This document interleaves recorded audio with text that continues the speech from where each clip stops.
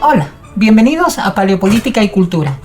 Hoy estamos con Miguel, un señor de Logroño, muy amigo nuestro y socio fundador además de este canal. Y queríamos hacerle una entrevista, bueno, que es como una autoentrevista porque en parte este canal es de él.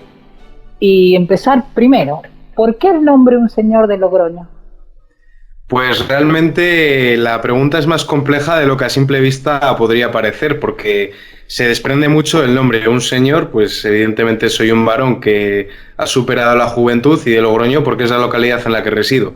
Realmente yo desciendo de la montaña oriental leonesa y provengo de una familia muy numerosa, tanto por parte de padre como por parte de madre. Por parte de madre tengo un cuarto de sangre riojana, que eso es todo lo que tengo de Logroño. Y mi familia, pues, como viene de la cuenca minera de la montaña oriental leonesa, pues sufrió la diáspora cuando se acabó el trabajo al cerrar las minas y se repartió por diferentes países, como pueden ser España, Brasil y Venezuela. Realmente yo he nacido en Logroño pues por un capricho geográfico, porque al final mi padre fue trabajando por muchos sitios y donde se asentó definitivamente fue en esta ciudad. Y luego cuando yo fui ya recorriendo Europa y también otras localidades de España, cuando ya fui una persona adulta, comprobé que echaba de menos, o valoré un poco más, mejor dicho, cómo es Logroño, que es una muy buena ciudad para vivir porque tiene unas buenas condiciones higiénicas, de seguridad, es una ciudad muy cómoda, el poder adquisitivo es alto porque los precios no son muy elevados y los sueldos son buenos, y es una forma de reivindicar esta ciudad. Y siempre fue un bastión del votante de derechas en España, ¿no? Siempre se lo vio como un lugar casi fijo del PP, ¿no? Sí, de AP antiguamente, ¿no? Es correcto, hasta este año que lamentablemente entró Podemos con el PSOE, y veremos cómo saben gestionar esta localidad, que es una de las que mejor valoradas estaban en los informes PISA, de las que menos desempleo tenían, que más saneado tenían sus cuentas, menos déficit. Veremos en qué acaba todo. Ahora, ¿qué te motivó, Miguel, a tener tu propio canal? Pues realmente la finalidad con la que empezamos a tener el primer canal, que fue el que finalmente se conocería como Libertad de lo que surja, cuando Adri decidió subir también su propio contenido, fue que estos debates que teníamos en las redes sociales pues los pudiese disfrutar el público. Y luego, cuando yo me decidí a tener mi propio canal, comencé a tocar temas un poco más específicos y desarrollándolos, que yo creo que es un formato que le gusta mucho a la gente y que llega más público que el podcast, porque lamentablemente no conseguimos que la gente se anime a escucharnos una hora debatiendo, y yo animo a que la gente escuche los debates porque son muy interesantes y, a mi parecer, más valiosos. El tema de los debates es interesante porque parece que hay que dar en la clave, ¿no? Como el otro día con el debate con Sebastián Izquierdo, parece que ahí se dio una clave. Parece que el tema Chile es un tema muy sensible ahora mismo, entonces han tenido mucho éxito los youtubers locales gracias a esto, ¿no? Ahora, ¿cómo definirías políticamente el canal Un Señor de Logroño? ¿Sería un canal de izquierda, de derecha, de centro derecha? ¿Cómo lo definirías? Pues hace unos años te hubiese dicho sin dudar que es un canal libertario, pero ahora tengo mis reservas. Yo creo que pasa un poco como con el pueblo judío, que al principio se denominaban pueblo de Israel, luego estaban los judíos de Judea, los israelitas de Israel, los samaritanos de Samaria, y empezaron a llamarse los seguidores de la religión del libro, porque todos reivindicaban ser los descendientes de Abraham y de Moisés. Luego, con los cristianos pues nuevamente pasó lo mismo, que los evangélicos dicen que ellos son los cristianos y se refieren a los demás como católicos o como ortodoxos, intentan atribuir el término. Y con los libertarios, por desgracia, ha pasado lo mismo. Unos dicen que los paleos no somos libertarios, que igual es lo que más me define a mí. Otros dicen que no, que son los libertarianos que no son libertarios. Y desde un punto de vista filosófico, o lo que yo considero que es justo, diría que soy anarcocapitalista. Pero luego, a la hora de aplicarlo de forma práctica, pues tengo muchas dudas, tengo mis reservas y no sé qué es lo que mejor puede funcionar. Si un minarquismo militarista como Pinochet, si directamente abolir el Estado. Lo que sí que tengo claro es que no soy liberal, y aquí quiero hacer hincapié porque mucha gente confunde los términos. Yo no solo soy una persona que no es liberal, sino que además me opongo al liberalismo. Estoy en contra del Estado-nación jacobino, estoy en contra de centralizar, estoy totalmente en contra además de que no tenga ningún mecanismo para evitar que el Estado siga creciendo y asumiendo más responsabilidades. Y además no me atrae nada una palabra polisémica que no tiene un significado concreto, porque hoy en día creo que el término liberal ha perdido todo significado. Lo emplean los demócratas que son prácticamente progresistas de Estados Unidos, define a la escuela de Manchester, a la escuela de Austria, define también a los Chicago Boys según cómo se mire, también puede englobar a los sordoliberales de la escuela de Friburgo, así que al final la palabra liberal yo no la quiero, como dice el profesor Bastos. Sí, es que también ahí se plantea un poco el problema que tenemos todos los libertarios en cierta manera entre lo que es el hobbesianismo de Hobbes, ¿no? De que hay que ir a un extremo, porque digamos que la pirámide de política de Land está bien, o sea, la derecha tiene dos vértices, al revés que la izquierda, que solo tiene un vértice, y en esos dos vértices tenemos un problema los libertarios, porque o nos vamos al lado del anarcocapitalismo puro, pero ¿qué control va a haber en ese caso? Entonces nos vamos al lado del cesarismo. O sea, estamos como un poco divididos entre esa, no sabemos si ir o para arriba en ese triángulo o para abajo hacia el totalitarismo, ¿no? Es un poco el dilema, digamos, de todo libertario, ¿no? Porque la gente cómo entiende la libertad. Ahora, el tema principal, y creo que es un poco lo que nos preocupa a todos los que hacemos YouTube últimamente, es el tema de la censura. Y por lo visto te ha estado afectando, hemos visto los que te seguimos, que te ha estado afectando mucho. ¿Cómo ves esta cuestión y cómo ves el futuro de esta cuestión? ¿Lo ves como un problema que puede ser un problema a largo plazo o cómo se plantea esto? Este tema es bien complejo y igual tarda un poco en desarrollarlo. Sin ir más lejos, hoy YouTube ha estado promocionando el Día de la Mujer y ha estado dando muchísima difusión a todas estas marchas feministas, con lo cual no es complicado entender que un vídeo criticando al feminismo, como son algunos que tengo yo, pues sean borrados de la plataforma y me metan strike por ello. De todas formas, suelen practicar más el shadow ban, que consiste en no monetizar tus vídeos, de forma que solo llegan a un tercio del público objetivo de tus suscriptores. También me han borrado suscriptores, no mandan las notificaciones, y todo esto es preocupante. También te desincentiva mucho no ganar nada de dinero, porque yo tardo en torno a unas 6 horas en hacer un vídeo, es bastante tiempo, prácticamente una jornada laboral. El último vídeo, de hecho, tardé 2 días en hacerlo y no ha tenido las visitas que a mí me hubiese gustado por todo esto que comento.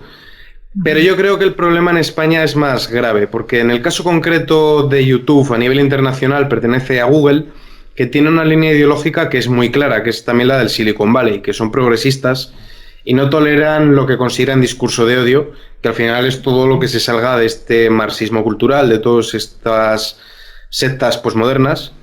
Y en el caso concreto de España, pues tenemos un Ministerio de la Verdad, aunque no figura como tal dentro de los cargos del gobierno, que son Maldito Bulo y Neutral, que pertenecen ambas a Ana Pastor, que es la mujer de Ferreras, que es un reportero de La Secta, que es un canal de televisión que forma parte del conglomerado A3 Media. En este caso, ellos consideran que es conspiranoico, o que no es cierto, que es un bulo, o que es ofensivo, cualquier cosa que no se adapte a sus mantras, a su dogma. Y en cambio consideran libertad de expresión pues las faltas de respeto reiteradas hacia las personas que no comparten su ideología. Entonces, lamentablemente, estamos viendo cómo se está promocionando un tipo de contenido vinculado a las ideologías de izquierda, mientras que se intenta invisibilizar al resto de contenidos. La razón por la que yo entré a YouTube, aunque lo habíamos comentado también al principio, sobre todo es el hecho de que los medios de comunicación no estaban tocando una serie de temas que sí que sí que eran de voz populi, por así decir, sí se hablaban en las tertulias que puede haber en un bar, en un gimnasio, en la calle mismamente, pero que los políticos habían dado por superadas, como es la ley integral de violencia de género, como es la inmigración descontrolada, como es el aborto, como es la libertad de mercado, si debe o no debe haber un Estado garantista que redistribuya la riqueza, un Estado paternalista que nos trate como eternos adolescentes. Y consideré que era bueno, no por hablar yo y hacer catarsis, que también, sino por dar voz a todas aquellas personas que no podían hablar. De hecho, yo considero que ni siquiera soy una de las personas mejor capacitadas dentro del mundo libertario. En Facebook hay personas que son mucho más cultas que yo. No voy a sacar pecho si he leído bastante, sobre todo a Hans Hermann Hoppe y a Rothbard, que serían seguramente los 2 autores que más me gustan. También he leído bastante en Rand, aunque no soy objetivista. Pero hay gente mucho más leída que yo. Lo que pasa que como nadie daba el paso, nadie saltaba a la palestra, pues consideré que igual era interesante hacerlo. Y curiosamente la mayor parte de mi público ni siquiera son libertarios. La mayor parte de mi público son personas conservadoras o capitalistas de España, Argentina, México y Chile, en ese orden. Bueno, hay una batalla entre los chilenos y los argentinos por ver quién me sigue más, depende de cada mes. Pero sí, básicamente españoles e hispanoamericanos, hombres generalmente de edad madura. Y en el caso de los españoles, muchos de ellos votantes de Vox. Es interesante que saques el tema ahora del tema de lo que Moubak llama la neoblasfemia, ¿no? Porque esta neoblasfemia es muy interesante, ya que es un arma de doble filo para YouTube, porque si lo piensas, YouTube también depende de estos canales así políticamente incorrectos, digamos, porque si no pierde público. O sea, si va todo orientado en la misma dirección, digamos que CNN, para eso veo CNN, no voy a ver esta televisión chabola, ¿no? La televisión, como dicen, la televisión callampa. Precisamente el éxito de la televisión callampa está en el hecho de que hablamos de cosas que están en cierta forma prohibidas de hablar, ¿no? Entre comillas prohibidas. Lo cual pasa a la siguiente pregunta, que es la pregunta quizás, voy a empezar por la más polémica de todas, ¿no? Porque convengamos que estos dogmas de la neorreligión son peor incluso que la Trinidad, porque la Trinidad, digamos, como dice Moubak, la Trinidad tú puedes probar que existe y puedes probar también que no existe, o sea, no hay pruebas ni a favor ni en contra. En cambio, el hecho, supongamos que es a lo que viene la siguiente pregunta, si alguien dice que una raza tiene tendencia a ser más inteligente que otra, estás violando el principio hegemónico de pensamiento, digamos, antiguo cristiano de que todas las almas son iguales, no pueden haber diferencias, porque si hay diferencias ya la chispa divina no es la misma en uno que en otro, les crea un conflicto, ¿no? Y ese conflicto lo ha heredado el progresismo. Entonces la siguiente pregunta es, ¿qué opinas de eso? ¿Qué opinas del tema de las razas? ¿Hay una diferencia, digamos, genética que pueda favorecer el coeficiente intelectual de una raza en contra de otra? Yo como libertario soy individualista, soy profundamente individualista, con lo cual creo que habría que evaluar a cada individuo por la persona que es y no dejo de reconocer que ha habido grandes pensadores de todas las razas. Sin embargo, sí que parece ser que hay una causalidad, y esto no es una opinión mía personal, sino son textos que efectivamente son políticamente correctos y que no está bien visto decirlos, pero sí que hay estudios que se han realizado sobre todo en Estados Unidos, de afroamericanos, de americanos blancos y afroamericanos adoptados por americanos blancos y americanos blancos adoptados por afroamericanos, y sí que parece ser que hay cierta causalidad, con excepciones muy notables, y tenemos por ejemplo el ejemplo de Thomas Sowell, que es una de las personas más inteligentes que hay ahora mismo, sin lugar a dudas, y es un pensador que a mí me ha influido mucho.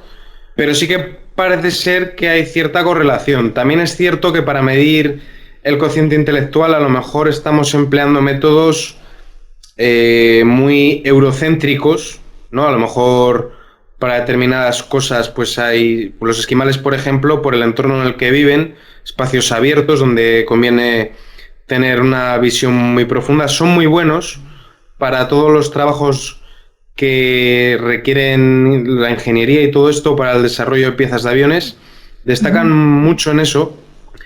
Y los textos a los que yo he tenido acceso, así como unos mapas de distintos estudios, con lo cual, si no lo dice una única fuente, pues habrá que darle cierta presunción de veracidad. Sí que dice que, por ejemplo, los aborígenes australianos pues son notablemente menos inteligentes que los chinos o los japoneses. En el caso de los europeos parece ser que somos los mediterráneos los que salimos mejor parados, contradiciendo un poco aquel mantra de que sería el pueblo ario los más listos. No, pues parece ser que no es el caso, pero creo que tampoco debemos dejarnos llevar por las generalizaciones y que tampoco debemos tener esos prejuicios ideológicos hacia las personas en base a sus caracteres identitarios. En el caso del estudio de americanos que mencionaba, parece ser que el entorno influye bastante y que en los hogares blancos, a lo mejor por tener un poder adquisitivo mayor, tanto los blancos como los negros resultaban tener en promedio mayor cociente intelectual que en los hogares negros, y a su vez en general las personas blancas puntuaban ligeramente por encima de las personas negras. Pero claro, es una diferencia tan nimia que realmente no tiene un impacto muy notable. Lo que sí que tendría un impacto bastante notable es esa cultura del pobrismo y ese victimismo, esa deuda histórica que creen tener los afroamericanos, porque se ha visto que cuando un afroamericano quiere destacar, puede competir y puede ser una persona muy válida en la sociedad, puede llegar a acaparar muchísimo poder, y sin embargo no es lo que está ocurriendo, y esto me hace cuestionarme nuevamente el estado de bienestar. Y es interesante lo que mencionabas al principio del tema de las diferentes inteligencias, porque hay una cosa que descubres en musicología, que existe una inteligencia musical que no tiene nada que ver, digamos, con lo que es la inteligencia de la capacidad de resolver problemas a lo mejor geométricos o de dimensiones de espacio o de todo lo que suele ser el test de inteligencia normal que utilizamos. Hay otra inteligencia, ¿no?, que es la inteligencia musical, y en eso podríamos decir que la raza negra tiene mucho mérito. Quizás no sabría decir, porque no se ha hecho estudio al respecto, de que nos superen, pero por la evidencia empírica no han andado nada mal que digamos, ¿no? Entonces es muy interesante eso de las otras inteligencias que planteábamos. Ahora, la siguiente pregunta, ya que estamos en el Día de la Mujer, ¿qué opinas de todo esto de la mujer y de las marchas y de las contramarchas? Que si faltan derechos, que si hay cosas que todavía no se han cumplido, que si el feminismo sigue vivo, etcétera. Bueno, esto un poco de estas ideas que vienen a decir algo así como que tienes una serie de derechos que debe de cubrir la sociedad, y yo no lo veo así. Yo creo que cuando hay una sola persona aislada no tiene derechos porque está solo, y en el mismo momento en el que hay dos o más, pues ya surge una sociedad, y creo que lo más elemental es reconocer los dos derechos básicos, digo dos, no tres, que serían la libertad y la propiedad, porque yo la vida la entiendo como parte de la propiedad. Más allá de eso, la gente lo que debe hacer es responsabilizarse de sus actos y competir. También creo que la gente tiene derecho a discriminar, aunque suene muy desagradable decirlo. En nuestro día a día todos discriminamos. Discriminamos al hacer la compra, discriminamos al buscar pareja, discriminamos al elegir nuestros amigos. Entonces, al fin y al cabo no puedes ponerle una pistola en la cabeza a la gente para obligarles a que te acepten. Yo creo que lo que hay que hacer es competir, y el mercado se encarga de castigar a aquellos que discriminan. Lo que sí que creo que debe de haber es un código penal que castigue esta discriminación cuando se convierte en violencia. Yo creo que el límite estaría ahí. Entonces, lo que están reivindicando todas estas feministas, que no mujeres, porque no todas las mujeres apoyan lo que para mí es una locura colectivista, una especie de paranoia social, es ser mantenidas por el Estado, que el Estado ocupe el rol proveedor que antaño ocuparían el marido o el padre. Entonces lo que no quieren de ninguna de las maneras ser empoderadas. De hecho, quieren recibir el trato de una discapacitada y pasar a depender del Estado. Quieren verse a sí mismas como eternas niñas. Y eso, lógicamente, es una postura misógina y machista, mejor dicho, sexista, porque tengo serias dudas de que el machismo como tal exista. Pero bueno, es una postura que va contra la mujer, que la está perjudicando muchísimo, porque las limita de cara a encontrar pareja. La gente se está volviendo desconfiada, tiene miedo a una denuncia falsa, tiene miedo a todo esto. Desincentiva que se las contrate, también hay que decirlo, porque les pueden traer problemas, de que les amenacen con acoso, etcétera. También las perjudica en el sentido de que la mujer que se esfuerza para conseguir un título o un trabajo no van a saber si está ahí por una cuota de género o si verdaderamente está ahí por méritos. Con lo cual el feminismo va contra la feminidad, va contra la mujer y va contra el hombre. El feminismo es una ideología que en esto el equidistante estará en desacuerdo conmigo. Yo sé que es transversal, sé que tiene vertientes, pero en general es una ideología que es colectivista, que bebe de la dialéctica marxista y que es una lucha de sexos. Además considero que incluso, aunque se correspondiese a su definición, siempre te dicen, léete la definición de feminismo, infórmate, incluso aunque se correspondiese con su definición, es del todo innecesario en Occidente porque el patriarcado no existe, y de hecho en España la mujer cuenta con más privilegios que no derechos que el varón.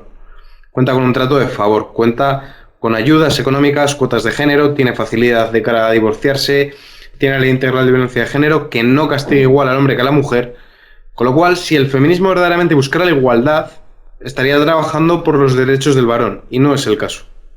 Y convengamos que lo que dice Jordan Peterson, ¿no?, que la idea de no discriminar para la mujer es un desastre, imagínate. Eso es volver al chimpancé, o sea, que cualquiera te viole, ¿no? porque la discriminación en la mujer es esencial, por lo menos para la supervivencia no solo de la especie, sino de mejorar, de saber que tus hijos van a ser mejor de lo que eras tú, etcétera, ¿no? Y siguiendo con este tema, ¿cómo ves el futuro político de España, de la hispanidad, de lo que nos rodea, digamos? Yo creo que el factor más determinante que lo que hablábamos antes de la raza, que al final, pues, cuanto más grande sea la población, pues mayor pueda ser su impacto, pero creo que es nimio. En cambio, la cultura sí que es más importante. El cristianismo como tal no es anticapitalista. Se manipula mucho el tema de cuando Jesús expulsó a los mercaderes, pero eso es una mala traducción. De hecho, lo que Jesucristo hizo fue expulsar a los que vendían bulas. Y está la metáfora de... Bueno, la metáfora no es la palabra, lo del talento, que el Señor le daba unos talentos a sus criados y uno lo invertía, el otro lo enterraba y al final a quien felicitaba es al que lo había invertido. También dijo Jesucristo, te ganarás el pan con el sudor de tu frente. Yo creo que el capitalismo bebe directamente de la tradición judeocristiana y que sin embargo en algún momento histórico, posterior a los escolásticos de la Escuela de Salamanca seguramente, el catolicismo comenzó a rendir culto al pobrismo. Empezó a haber virtud en la pobreza. Y yo creo que los países mediterráneos beben de ese cambio que hubo, que en los países protestantes a día de hoy no existe. Ellos han mantenido esa rama cristiana que es profundamente pro mercado y pro comercio. Y sin ir más lejos, las ciudades-estado italianas fueron las primeras en tener la letra de cambio, en comenzar con un comercio que vaticinaba un poco el mundo global en el que vivimos ahora, lógicamente con las limitaciones del transporte que había. Pero como digo, en algún momento los países católicos o mediterráneos y lógicamente por extensión Hispanoamérica le dieron la espalda al mercado y comenzaron a vanagloriarse de lo pobres que eran, a ver virtud en eso. Y lamentablemente esa mediocridad, ese culto a la mediocridad, se ha extendido no solo a la riqueza material, sino también a la riqueza de espíritu, porque de alguna forma la gente como que siente orgullo de ser ignorante, de ser inculto, de ser llano. Mira que llano soy, mira que campechano. No hay virtud ninguna en ser un mediocre.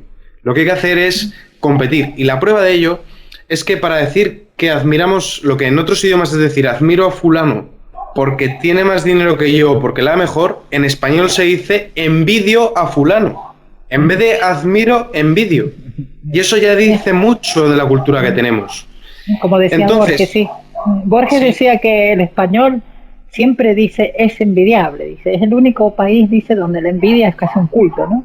Porque exacto, incluso se gusta en sentido positivo, ¿no? Mira, qué envidiable, ¿no? Como diciendo qué bien. Así es. Entonces, sí, retomando, por sintetizar un poco, porque me voy por las ramas, el futuro que yo le veo a España, voy a decir España porque yo no creo en el Estado-Nación, ya lo he dicho, yo considero españoles a los argentinos, a los ecuatorianos, a los mexicanos. Para mí todos somos españoles y yo creo que los españoles tenemos un negro futuro porque hemos llegado a asumir que las dádivas del Estado, la esclavitud moderna, realmente eres esclavo, en cierto grado eres esclavo, en vez de darte techo y pan, te dan sanidad y educación, lo hemos llegado a asumir como derechos, con lo cual yo estoy bastante seguro que en el improbable caso de que un partido político llegase al poder con ideas más o menos capitalistas y comienza a privatizar, a liberalizar y a reducir el Estado, automáticamente toda esta marabunta de paniaguados que viven de las dádivas del Estado o que ni siquiera viven de las dádivas del Estado pero no quieren responsabilizarse de su futuro, van a salir a las calles tal y como está pasando en Chile. Y estoy bastante seguro que en el próximo cambio de gobierno, al margen de si se atreven a liberalizar o no que haya en España, va a salir la izquierda a la calle. Con lo cual creo que vamos a entrar en una especie de ciclo en el que vamos a ser progresivamente más pobres. Realmente la pobreza es el estado natural del ser humano. En la Edad Media o incluso ni siquiera en la Edad Media, siempre el ser humano ha sido pobre. Hoy en día vivimos mejor que los reyes franceses de la Ilustración. Y todo lo que tenemos es ganancia, pero de alguna forma hemos llegado a asumir que la sociedad tiene la obligación de que nosotros nazcamos ya con esos derechos, con esas cosas, que no tengamos que conseguirlo, cuando realmente venimos al mundo desnudos y cubiertos de sangre. Pero bueno, se ha desincentivado completamente el esfuerzo y se ha incentivado la mediocridad. Al final, cuando tú tienes un Estado que redistribuye, al que produce le quitas, le castigas, y al que no produce le premias, le das. Con lo cual, el que se está esforzando se esforzará menos, y el que no se esforzaba no hará nada. Y ya viene desde la educación. Sí, más cuando vivimos en una sociedad en la que se niega la realidad, ¿no? Como dice Ana Arendt, estamos en una época en la que la realidad no le gusta a la gente, ¿no? Ahora, ¿cómo ves el futuro de los creadores de contenido? Y esta ya sería la última pregunta, ¿no? De los creadores de contenido en YouTube. ¿Cómo ves el futuro? ¿Qué futuro tenemos? En otras palabras, ¿le ves futuro a esto o estamos aquí perdiendo el tiempo? Si consigo convencer a una sola persona, yo creo que ya mereció la pena el esfuerzo. De todas formas, para ganarnos la vida es muy complicado, porque cuando empezamos en esto no había muchos canales que se dedicaran activamente a ello, y hoy en día el mercado pues se ha saturado. Entonces la competencia es feroz y lógicamente yo no puedo disponer de mi tiempo para crear contenido de actualidad, porque yo tengo que trabajar y yo tengo que llevar a cabo mi vida. Pero es que además sucede una cosa muy curiosa. Yo no puedo hacer contenido de calidad, o sea, de actualidad, perdón. De calidad sí, intento cada vez tener más calidad en los vídeos. De actualidad no puedo, porque yo tengo que subir los vídeos y automáticamente YouTube me los desmonetiza, con lo cual los tengo que tener en oculto y tengo que pedir la revisión. Y como YouTube demora 2 días en revisarlo, para cuando yo publique el vídeo, la noticia está obsoleta. Con lo cual es muy complicado que yo pueda ofertar contenido de actualidad. Y respecto al futuro que nos espera, yo creo que sí que se va a acrecentar, se va a acuciar esta censura que estamos viviendo, va a ir a más, no va a remitir. Así que yo me plantearía ir pensando en ir trasladando paulatinamente, si se puede, la audiencia hacia otras plataformas, pero la gente está acostumbrada a utilizar YouTube, con lo cual es muy complicado convencerles para que utilicen BitChute, Gab y todas estas aplicaciones que no se han democratizado tanto, por así decir. Bueno, convengamos que todos aquí hemos sido censurados en Facebook y en todas estas plataformas, un poco vemos una esperanza en YouTube. Incluso yo pensé que una de las ventajas de este canal es que podemos, no, como nadie sabe quién es Paleopolítica y Cultura, no eres tú ni yo, no se sabe. Entonces un poco podemos zafar quizá como individuos. Bueno, esa es la idea, ¿no? De que sea como un refugio, digamos. Ahora hay que también, claro, tener cuidado, ¿no?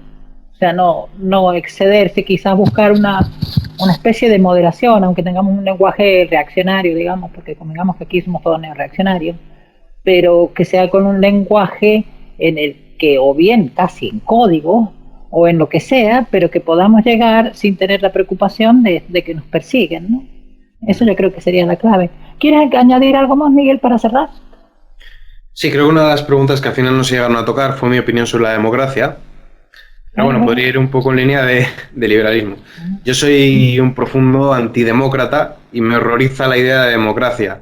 Ya lo decía Rothbard, aquello de que la economía es una ciencia muy compleja y que lo peligroso es que gente que no tiene conocimientos de la misma la palabra en español no sé cómo es, pero algo así como opiniones muy rotundas sobre un tema que desconoce. Y si la economía es un tema tan complejo, ¿por qué damos por sentado que la mayor parte de la población, sabiendo que la masa no tiene formación de economía y sabiendo que la masa es manipulable, elija a quién va a llevar las riendas de la economía? Máxime cuando en España ni siquiera hay separación de poderes y no elegimos representantes directos. Esto no es Estados Unidos. Con lo cual me parece un puñetero desastre, y sobre todo en países hispanos, países españoles, me parece un error garrafal, porque los latinos, no solo los españoles, también los portugueses y los italianos, los latinos, somos muy mesiánicos, muy de tener un líder que nos guíe. No sabemos tomar decisiones por nosotros mismos. Y casualmente el líder, como nos falle, no tenemos ningún problema en pasar de arrojarles ramos de laurel a crucificarlo. No tenemos ningún problema, pero necesitamos un líder que nos guíe. Y entonces es muy complicado que no caigamos en manos de los populismos, porque como decía Thomas Sowell, cuando aspiras a lo imposible, solo el embustero puede satisfacerte. También decía Sócrates, que es un autor que a mí me gusta mucho, al igual que Hobbes, que también es un profundo antidemócrata, que cuando tú tienes que elegir votar al vendedor de golosinas o al doctor que te va a poner la dieta, vas a votar al vendedor de golosinas. Y esta ya es mía, esta es de mi cosecha. Cuando tú quieres que te operen, vas al cirujano. No pides que voten entre el celador, la de la limpieza, el de seguridad y la enfermera, que es lo que hay que hacerte. Tú quieres que te intervenga el experto. Exacto, como decía Borges, como hacer una pregunta matemática y esperar que la mayoría tenga razón, ¿no? Un cálculo de física y dárselo a la población para que lo resuelvan, ¿no? Es un poco, ¿qué es lo que pasa aquí en Chile? A mí la gente no sabe qué es una constitución y van a votar por el sí o el no a una constitución. Y es una tontería porque hay países que no tienen constitución y están muchísimo mejor que Chile, como Inglaterra, ¿no? Convengamos que en Inglaterra se vive mejor que en Chile. Y no hay constitución, o sea, ¿qué es esto de la constitución? Es como un engañabobos que crea la democracia para crear fidelidad a la casta política. O sea, en eso estamos totalmente de acuerdo. La democracia es una desgracia, ¿no? Es que se me podrían ocurrir varias cosas interesantes, lo que pasa que al final no está presente en las preguntas. Lo que pasa que no, sí que dijo una pregunta que le hemos respondido acerca del feminismo, pero él también lo dijo como que qué opinaba de la mujer moderna, y yo voy a extrapolarlo al individuo moderno. Antaño, esto lo dice el profesor Bastos, la gente sin saber lo que era el capitalismo ya ahorraba, invertía, intentaba ir a más. Y yo creo que sí, y que cuando algo se estropeaba, como teníamos menos que ahora, intentábamos arreglarlo. En cambio ahora los objetos se han vuelto desechables. Y yo creo que esa filosofía, ese hedonismo, lo hemos trasladado a las relaciones humanas. Y cuando estás conociendo a alguien, tiendes a desechar esa relación de pareja porque estás acostumbrado a que las cosas cuando no funcionan se tiran en lugar de buscar cuál es el problema para arreglarlo. Y si eso le sumamos este estado de bienestar paternalista que ha creado imbéciles emocionales, que son eternos adolescentes, que tienen miedo a la soledad, vemos que están creándose parejas que no tienen nada en común y que ni siquiera se conocen por el mero hecho de que sienten atracción física o lo que sea. Y esto sumado al feminismo, pues crea el caldo de cultivo perfecto para que haya una tormenta espantosa, y es el hecho de que haya bajado la natalidad y de que no haya familias. Y si eso tú le sumas que la gente es tan hedonista y que prefiere invertir su dinero en viajar, en comprarse un teléfono móvil caro, en cambiar de coche aunque el coche que tiene funciona, pues tenemos que nadie quiere invertir en tener sus propios hijos. Y una civilización, para que perdure, tiene que tener reemplazo generacional. Y la civilización occidental está importando gente con otras culturas y no haciendo por asimilar a estas personas. Con lo cual yo estoy convencido de que el estado de bienestar, la socialdemocracia, combinado con todo lo que mencionaba del feminismo, etcétera, va a destruir la civilización occidental como la conocemos y pasará a ser otra cosa, Eurabia o como la quieran llamar ustedes, cada uno con su punto de vista. Y eso sí me parece preocupante, porque así como tengo serias dudas de si hay razas mejores o peores, lo que no tengo ninguna duda es que la civilización occidental es la única civilización y que la cultura occidental es por mucho superior a todas las demás culturas. Yo sí soy eurocéntrico y lo reconozco abiertamente. Creo que los derechos que mencionaba de propiedad y de libertad, donde han podido implantarse con éxito, es en la cultura occidental, gracias a la cultura occidental. Y lógicamente me preocupa el hecho que comentaba de que vaya a desaparecer. Sí, sería triste que desaparezca, es cierto. Y además, porque además las demás alternativas, si te fijas, son peores. O sea, lo que es la libertad de la mujer, todo lo que quieras darle. Cualquier otra cultura a la que te vayas, o sea, a lo mejor te vas a una cultura aborigen, pero la cultura aborigen también tiene otras cosas a las que no nos gustarían. Convengamos que si te llevo a vivir al Amazonas con los Yanomami, no le va a gustar. A la persona media común no le va a gustar eso. Entonces, convengamos que esto es lo que tenemos, ¿no? Cualquier otra cosa es o bien a lo que quiere llevar el progresismo, que no sabemos qué es lo que puede pasar, o es un desastre en sí, ¿no? Sí, perfecto. Lo cual no quita que se nos siga viendo los dos en este canal, ¿no? Incluso el miércoles hay un debate sobre la neoreacción, que estaría bueno que estés, Miguel, aunque sea para la ronda de preguntas, y que invito a los que nos estén viendo a suscribirse porque es muy interesante el tema de Mencius Mollberg, la neoreacción y todo este asunto. Sí, muy bien. Muchísimas gracias. Chao, por Miguel. la entrevista. Chao. Gracias a ti. Hablamos por...